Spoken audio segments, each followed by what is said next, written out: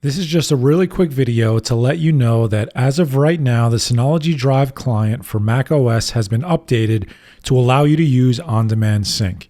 Now, this is something that I tested in the beta version of it. I created a video for it as well, and I'll leave a pop-up for that now because it's going to be a little more in-depth than this video. But the idea is that on-demand sync allows you to only sync data that you're actively using, and the rest of the data can just live on your NAS. So what that really means is that you can select what you do and do not want to sync, and then you can keep that data and everything else can stay on the NAS. Now, this is really helpful for very large shared folders where you only want to sync a subset of data or really what you're using. But I held off on creating this video for a few weeks now because the Synology Drive beta client with on-demand sync, I did run into some issues. So I really wanted to just test it out, make sure that it's working. And I am happy to say that everything has been working as expected.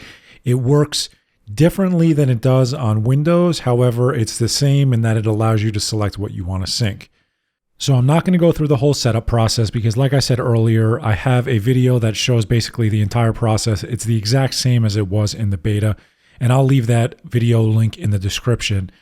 However, I do want to point out that basically what you're doing is when you set up a new sync task, you have to select the Enable On-Demand Sync to save disk space on your computer option.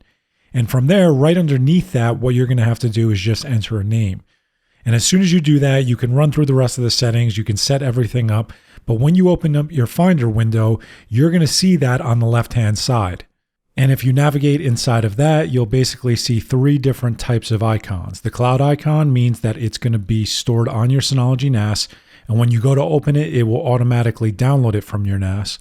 If you see a little green check mark, that means that the file is pinned locally. And if you see nothing in that little section there, it means that the file is downloaded to your local PC, but it is not saved and pinned locally. So if you're running the Mac version of Synology Drive and you don't have this feature right now, you will have to update it. You can download it from Synology's website, but as soon as you update it, you'll have this on-demand feature. So you'll have to run through and set up a new sync task. You'll have to make sure that you use that option. And then after you do and you select it in Finder, you're going to have all these different icons. Basically, if you have these icons, it's functioning the way it's supposed to.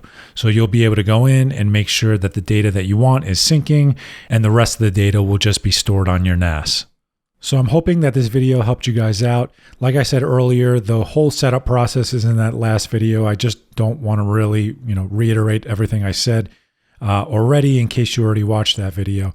But if you have any questions, leave them in the comments and I'll get back to you. If you like the video, give it a thumbs up. And if you like this type of content, please consider subscribing to the channel. Thanks, guys.